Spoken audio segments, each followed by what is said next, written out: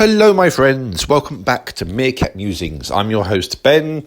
If I sound really nasal and snotty, it's because I am really nasal and snotty. I've been feeling rough now for what feels like a small eternity.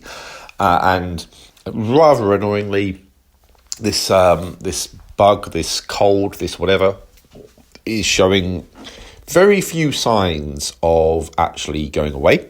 But that's not the thrust of this video. So, this video is being recorded in two parts. I am recording part one shortly before Nintendo do their proper big reveal of the Nintendo Switch 2.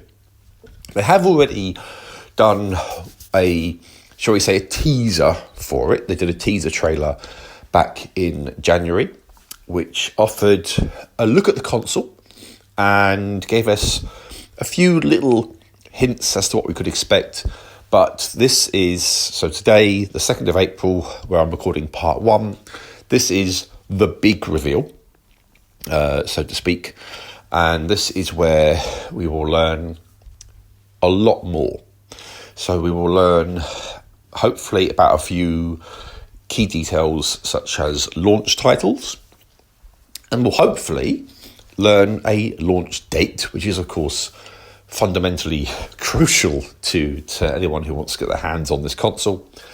And with a bit of luck, we will get an idea as to price as well. There's been a lot of speculation surrounding the Switch 2. There was a lot of speculation well before the original little teaser trailer. And there's been I don't know if I would call it rumbles of discontent as to how long it's taken Nintendo to kind of give us more concrete details on this console. I must confess, as much as I love Nintendo products, Nintendo as a company can be very, very frustrating to deal with in terms of how they release information. I do understand thoroughly, and I do also respect thoroughly, that Nintendo tend to march to their own drum, and I can completely get behind that. But equally, sometimes you kind of feel that they do this purely for the sake of doing it.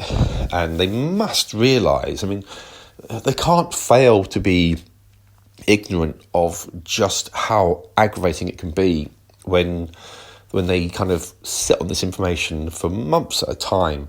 And it must surely frustrate some people within Nintendo, because they're seeing a lot of this information get leaked. And it's robbing them of their thunder in some respects. And, leaking these details it is unfair. It is. It's frustrating. But it's also part of the industry that we are in, or that Nintendo are in. It's part of a lot of industries. If someone gets a hint about something, they're going to reveal it. And this is often whether it's accurate or not. And, in some respects, perhaps the leaks generate a bit of a buzz, Perhaps, let's face it, Nintendo actually, in some respects, maybe have actually played this very, very clever.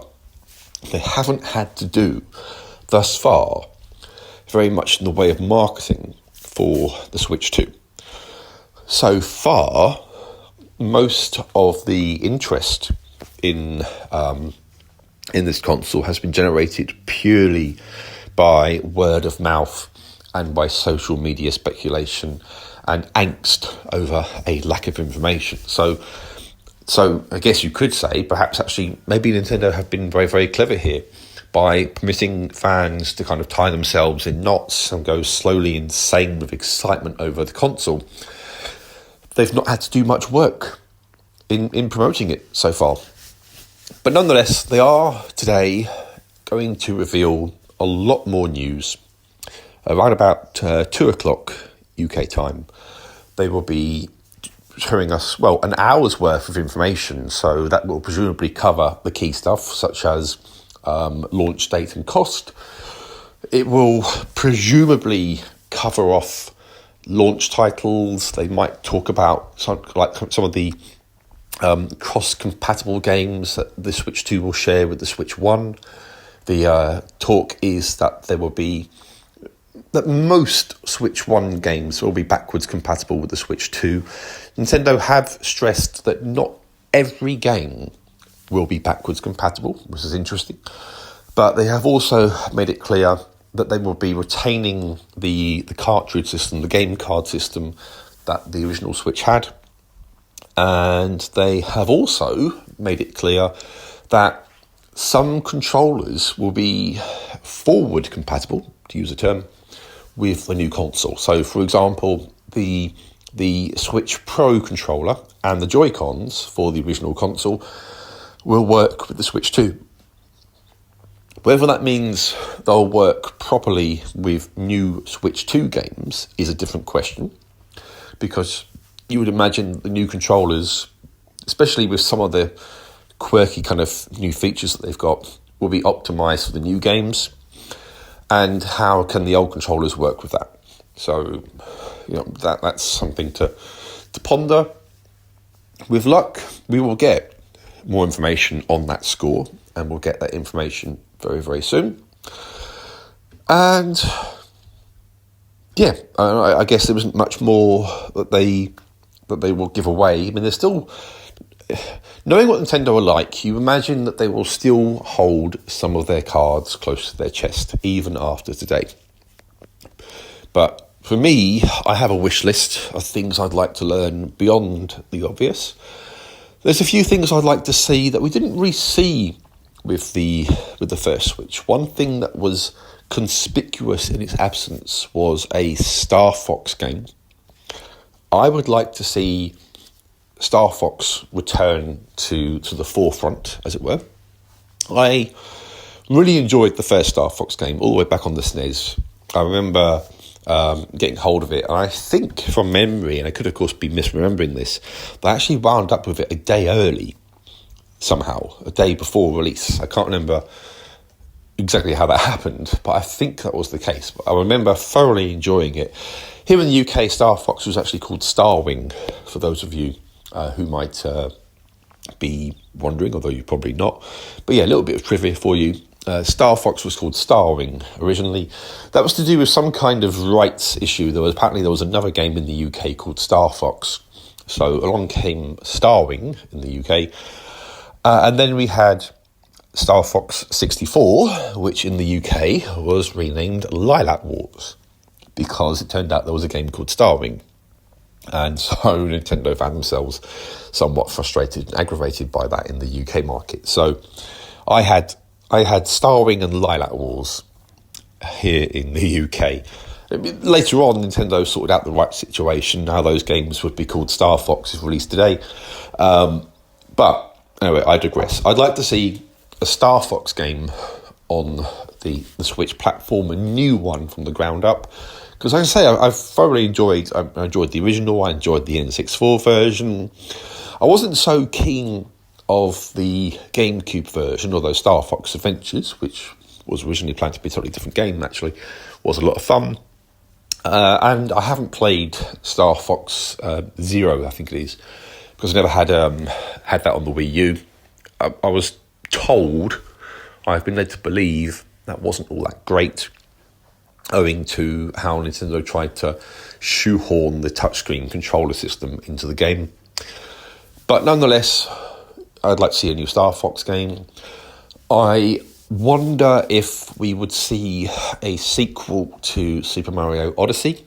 I mean, let's bear in mind something here. The Switch console itself is 8 years old.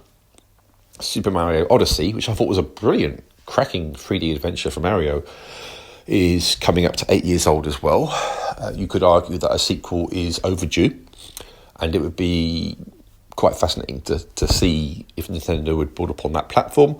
They do tend to bring out entirely new 3D Mario adventures with new consoles, to be fair, so we might have something different. One person I saw posting on social media had on their wish list Super Mario Galaxy 3, which, to be honest, doesn't wow me one way or the other, because I'll confess, and this might be a bit controversial here, I never warmed to the Galaxy series of Mario games. I just never got into them. Likewise, I mean, as much as I think Mario 64 was really great when it launched, I'm not sure if it's aged particularly well. And I don't mean the graphics, because I can look past that. I just think in terms of how it handles. But then again, that's also maybe when Nintendo brought that onto the Virtual Console, they didn't optimize those games for the new controllers, and that's where they missed the trick. Because I think if they'd done that, we would be reflecting more fondly upon games like Mario 64. But anyway, I think a new 3D adventure for Mario is long overdue. I know they did the whole Bowser's Fury thing, but that was kind of an add-on to the existing Mario 3D world that was already available. So I think we need a new, from the ground up adventure. So we'll see if that happens. We probably won't get a 2D platformer for a while because we've not long had Super Mario Wonder, which was wonderful, by the way. We're probably not going to see a brand new big 3D open world Zelda adventure because Tears of the Kingdom came out, well, quite recently. No, I mean, that game is not even 2 years old. Should we expect another follow-up to that? And could we, I mean, if Nintendo do that, would we actually see something a little bit different? Nintendo have clearly realised that the open world Zelda idea has reinvigorated that franchise. But will they, nonetheless, with a third instalment along those lines, tweak it again, so to speak, and do something a little bit different, try and keep it fresh, reinvigorated? And will they do that when the Switch 2 launches? Or is that too soon? As I say, bearing in mind that Tears of the Kingdom is recent, bearing in mind they did that Echoes of Wisdom game as well, which is even more recent. Are we really going to see a brand new big AAA Zelda title this soon into the Switch 2's life cycle?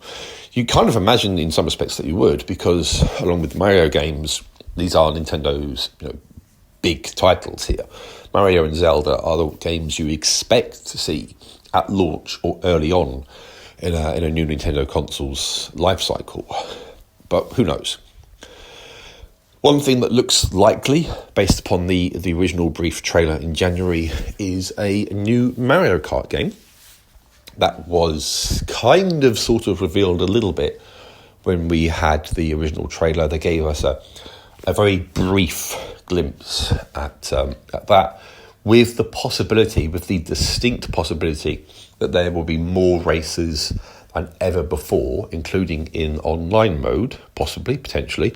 So the potential for renewed, fresh chaos, so to speak, with Mario Kart is a possibility on the Switch 2. And then beyond all of that, you have to kind of wonder what's going to happen with third-party games. Now, this is where Nintendo's hardware hasn't always allowed for third-party companies to kind of really make their properties and their games shine. The original Switch, as much as I love that console dearly, it would never handle the likes of, just to throw it out there, Grand Theft Auto 6. To have that working on the Switch, you'd have to water that game down to a ridiculous degree. I mean, I know that's a slight assumption because GTA 6 is not even out yet, but when you bear in mind what that game is being made for, it's being made for the latest PCs, the PS5, the latest Xbox consoles. There's no way, none whatsoever, that the Switch could hope to run a title like that. Could the Switch 2 do it? Well, who knows? I mean, we still don't have definitive official word as to the hardware. My gut feeling tells me it would be a struggle, if only because, yes, the Switch 2 is bigger. Yes, there's been progress in technology over the last 8 years, but is it the sort of platform that you expect a game like GTA 6 to thrive on? Who knows?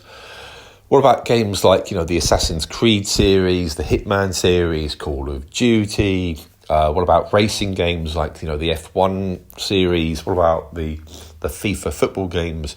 All of these kind of top-tier games, which are almost sort of guaranteed big sellers for their companies. Are any of these going to land on the Switch? Well, that's where things get a little bit interesting, because Microsoft, who own Activision, I think it is, who make the Call of Duty games, have an arrangement with Nintendo about kind of bringing some of those titles to Nintendo platforms, and there's talk about greater cross-platform cooperation there. So that could be a thing.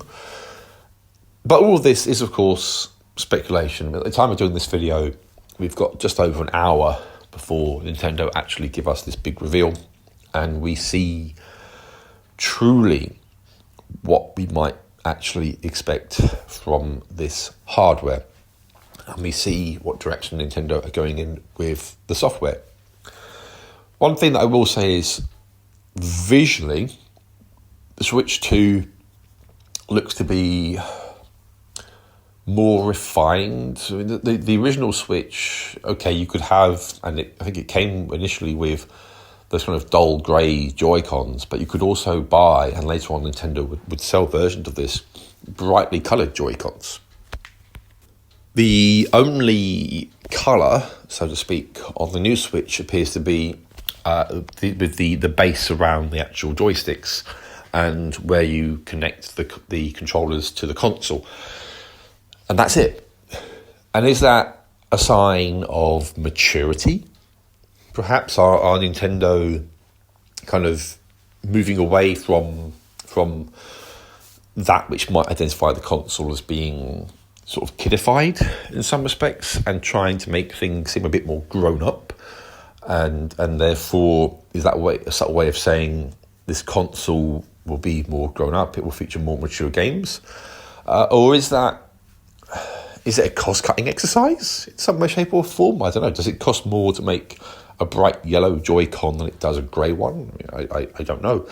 But nonetheless, whatever the reason, certainly at launch, it looks like Nintendo are going for a subtle kind of look.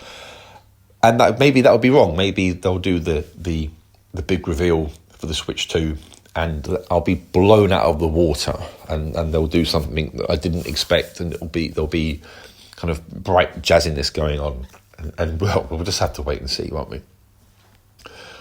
It's funny because I remember back in the build-up to the announcement about the Switch, back when it was known as the Nintendo NX for a while. That was the code name that Nintendo went by. There was so much speculation, and so much of it was wrong as well. I mean, there were lots of ideas and notions which were maybe vaguely in the right direction, but managed to be also quite far off at the same time, which is very impressive. Now we have something tangible. Now we have a world and arguably a culture where leaks and things like that happen more readily, more easily, which is, as I say, unfortunate in some respects. And now we have a lot more voices offering speculation. Let's face it, I'm one of them. But I'm not going to pretend to have any definitive answers. I don't. All I have are my thoughts, my hopes for this new console, of which I have many. More than anything, the key things that I want are simply to know when we can expect it and what it will cost. I know I've already said that, but those are perhaps the most crucial things to know for me. And I just hope we get some answers when we have this big reveal. So, of course, this is, as I say, part one. And there will be a part two to this video entry once we've had the direct and once I've had a chance to digest it, and then I can sit down, do a part two, and we'll see what, if any, of my thoughts and predictions and hopes come true.